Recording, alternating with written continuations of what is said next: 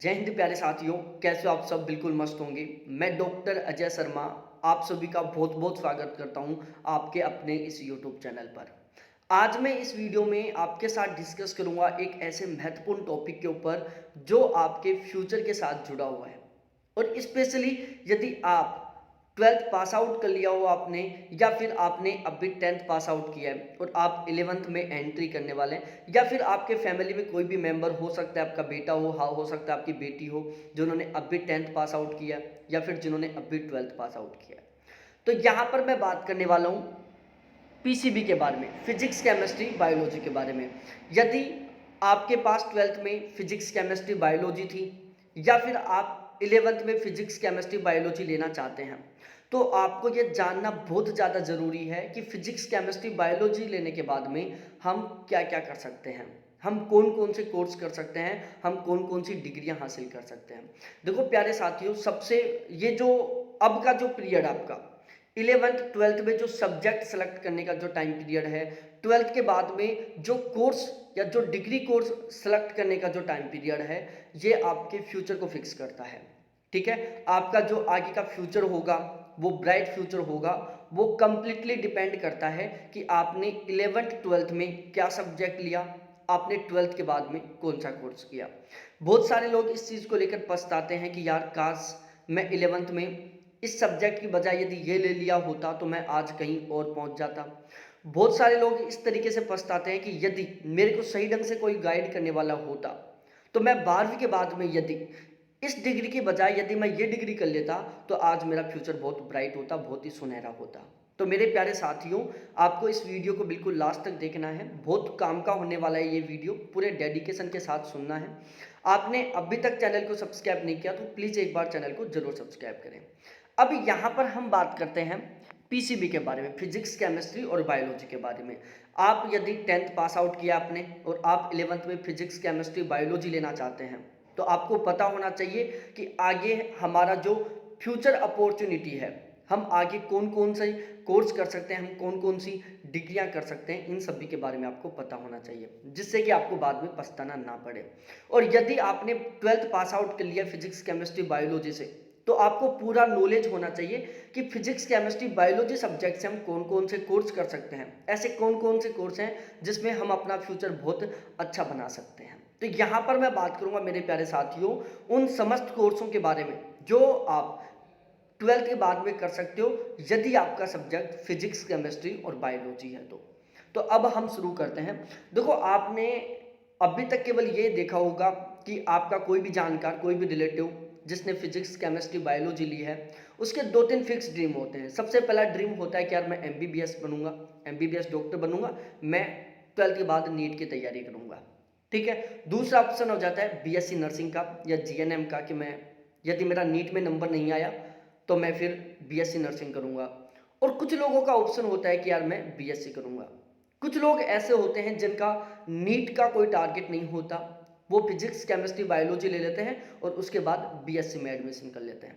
तो आपने अभी तक फिजिक्स केमिस्ट्री बायोलॉजी से जुड़े हुए केवल 3 कोर्सों का नाम सुना होगा, जिसमें एक होता है नीट की तैयारी करके एमबीबीएस में जाना, दूसरा होता है बीएससी नर्सिंग करना, और तीसरा होता है मेरे प्यारे साथियों बीएससी करना। अब कुछ लोग बीएससी पासपोर्ट से कर लेते हैं, कुछ लोग बीएससी ऑनर्स से कर लेते हैं, लेकिन बहुत सारे ऐसे ऐसे कोर्स हैं जिनके बेस पर आप अपना बहुत ही गजब का फ्यूचर बना सकते हो। तो इन सभी के बारे में हम यहाँ पर चर्चा करने वाले हैं। देखो, सबसे पहला एमबीबीएस। यदि आपके पास बायोलॉजी सब्जेक्ट है, ध्यान रखना, यदि आपके पास पीसीबी सब्जेक्ट है तो आप ये सारे के सारे कोर्स कर सकते हो। और आगे मैं एक एक वीडियो भी बनाऊंगा स्पेसिफिक कि ये कोर्स करने के बाद में आप क्या क्या काम करोगे, आपका फ्यूचर क्या रहेगा, आपको सैलरी कितनी मिलेगी, इनके बारे में मैं बिल्कुल डिटेल से वीडियो बनाऊंगा हर एक कोर्स को लेकर। ठीक है, सबसे पहला होता है एमबीबीएस। एमबीबीएस बनने के बाद डॉक्टर बन जाते हैं। ठीक है, लगभग 5.5 साल का कोर्स होता है ये, 4.5 साल का टाइम पीरियड होता है, 1 साल की यहाँ पर इंटर्नशिप लग जाती है, टोटल 5.5 साल का हो जाता है। और एमबीबीएस बनने के बाद में बिल्कुल ब्राइट फ्यूचर होता है, बहुत ही अच्छा फ्यूचर होता है, कोई टेंशन वाली बात नहीं होती। उसके बाद में होता है BDS, bachelor of dental surgeon, जो दांतों के डॉक्टर होते हैं उसका कोर्स होता है बीडीएस, ये भी 5 साल का होता है। उसके बाद होता है BHMS, bachelor of homeopathy medicine and surgeon, जो होम्योपैथी का जो डॉक्टर होता है वो बनता है। तो यदि आप BHMS कर लोगे तो आप होम्योपैथिक डॉक्टर बन जाओगे। कैसे? Homeopathic doctor. तो यहाँ पर भी आपका फ्यूचर बिल्कुल ब्राइट रहेगा। ये 4.5 साल का कोर्स होता है। उसके बाद में हम बात करें BUMS, बैचलर इन यूनानी मेडिसिन एंड सर्जन। ठीक है, ये 5 साल का कोर्स होता है। हर एक कोर्स को लेकर मैं अलग अलग से वीडियो बनाऊंगा, तो प्लीज़ आप चैनल को जरूर सब्सक्राइब करें यदि आपने अभी तक चैनल को सब्सक्राइब नहीं किया तो। और यदि आपके जानकारी में कोई भी ऐसा कैंडिडेट जिन्होंने अभी 10वीं पास किया और वो फिजिक्स केमिस्ट्री बायोलॉजी लेना चाहता है, सब्जेक्ट लेने को कंफ्यूज हो रहा है, या जिसने 12th पास आउट किया है और अब वो कंफ्यूज हो रहा है कि आगे मैं क्या करूँ, तो प्लीज़ उसके पास इस वीडियो को जरूर शेयर करना। उसके बाद में होता है एक BAMS, bachelor of Ayurvedic medicine and surgeon. उसके बाद होता है BPATH या BPT बोलते हैं जिसको, बैचलर ऑफ फिजियोथेरेपिस्ट। और उसके बाद में होता है एक BVSC, bachelor of veterinary science. तो ये कुछ कोर्स हो गए। ठीक है, उसके बाद में अगला कोर्स आता है 8वें नंबर का BNYS, bachelor of naturopathy and yoga science. और इसके बाद मेरे प्यारे साथियों 9वां कोर्स होता है BSMS, बैचलर ऑफ सिद्धा मेडिसिन एंड सर्जरी। तो ये सारे के सारे 9 ऐसे कोर्स हैं जो डॉक्टर के लेवल के कोर्स हैं।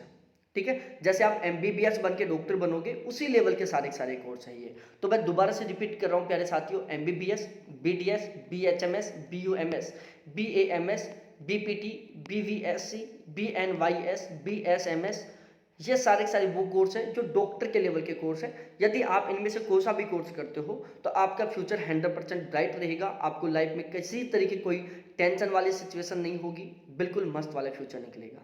ठीक है, कैरियर सेट रहेगा एक तरीके से।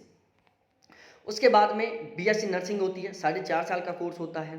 ठीक है, उसके बाद में BSc माइक्रोबायोलॉजी होता है। BSc आप माइक्रोबायोलॉजी से कर सकते हो, BSc आप बायोटेक्नोलॉजी से कर सकते हो। इसके अलावा GNM होता है और ANM होता है। ये भी ऐसे कोर्स हैं जहां पर आप कमा कर खा सकते हो। ठीक है, कमा कर खा सकते हो। OTT होता है, 1 साल का कोर्स होता है। B फार्मा 4 साल का कोर्स होता है। फार्मा D 2 साल का कोर्स होता है। इसके अलावा BSc MLT से करते हो 3 साल का होता है। BSc MRT से करोगे ये भी 3 साल का कोर्स होता है। BSc AT से करोगे ये भी 3 साल का कोर्स होता है। BSc CPT से करोगे ये भी 3 साल का कोर्स होता है। BSc CVT से करोगे तो ये भी 3 साल का कोर्स होता है। BSc फिजिक्स केमिस्ट्री बायोलॉजी से करोगे जो नॉर्मली सभी करते हैं, ये भी 3 साल का कोर्स होता है। तो ये सारे के सारे वो कोर्स हैं जो BSc के साथ जुड़े हुए हैं। ठीक है, लेकिन है अलग, ये ध्यान रखना, ये सारे के सारे अब तक की ये वो कोर्स थे जहां पर आप मतलब कमा कर खा सकते हो। ये वो कोर्स हैं जो 22 नंबर तक के कोर्स है। ये ऐसे कोर्स है जहां पर आप बहुत अच्छे तरीके से कमा कर खा सकते हो यदि आप इनमें से कोई सा भी कोर्स कर सकते हो तो।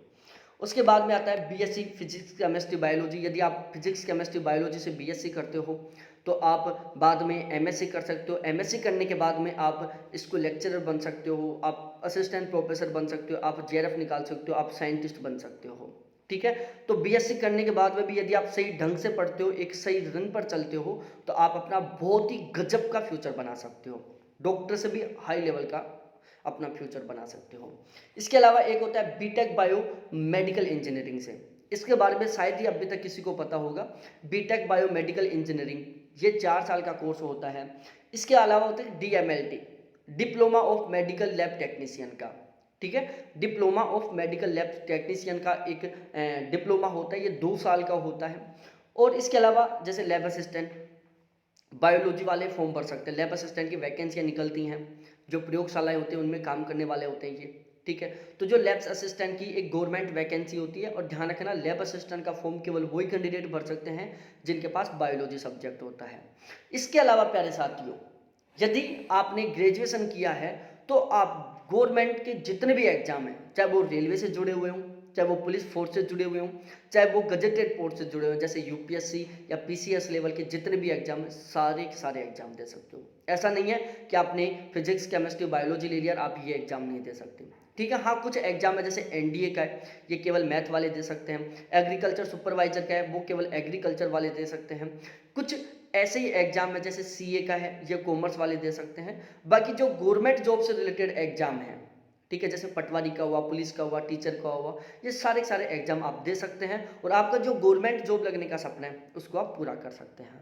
तो आप ये मैंने टोटल 26 ऐसे कोर्स बताए हैं जो आप 12वीं के बाद में कर सकते हो यदि आपके पास फिजिक्स, केमिस्ट्री और बायोलॉजी सब्जेक्ट है। अब प्यारे साथियों, इनमें मैं सबसे पहले कौन से कोर्स के ऊपर वीडियो बनाऊं? बिल्कुल फुल डिटेल का वीडियो बनाऊंगा। उस कोर्स के बारे में मैं आपको सब कुछ बताऊंगा कि यदि आप वो कोर्स करते हो तो उसका टाइम पीरियड कितना रहेगा, उसमें खर्चा कितना आएगा, आप कहाँ कहाँ से कर सकते हो, और उसके बाद में आपका फ्यूचर कैसा रहेगा, आपको मंथली मिनिमम सैलरी कितनी मिलने वाली है, आप मैक्सिमम सैलरी कहाँ तक पहुँच सकते हो। इस तरीके से उस कोर्स का मैं सब कुछ बता दूंगा आपको। तो आप प्लीज़ कमेंट सेक्शन में कमेंट करके बताओ कि मैं फुल डिटेल वाला कोर्स का कौन से कोर्स का वीडियो बनाऊं। और आपने अभी तक चैनल का सब्सक्राइब नहीं किया तो प्लीज़ एक बार चैनल को जरूर सब्सक्राइब करें, वीडियो को लाइक करें और अपने सभी जिगरी दोस्तों के साथ जरूर शेयर करें। बहुत बहुत धन्यवाद आप सभी को देखने के लिए। थैंक्स बाय मेरे प्यारे साथियों। फिर मिलते हैं हम ऐसे ही शानदार पीसीएम के वीडियो के साथ, जहां पर हम बात करेंगे कि यदि आप फिजिक्स, केमिस्ट्री और मैथमेटिक्स सब्जेक्ट लेना चाह रहे हो तो आप कौन कौन से कोर्स कर सकते हैं।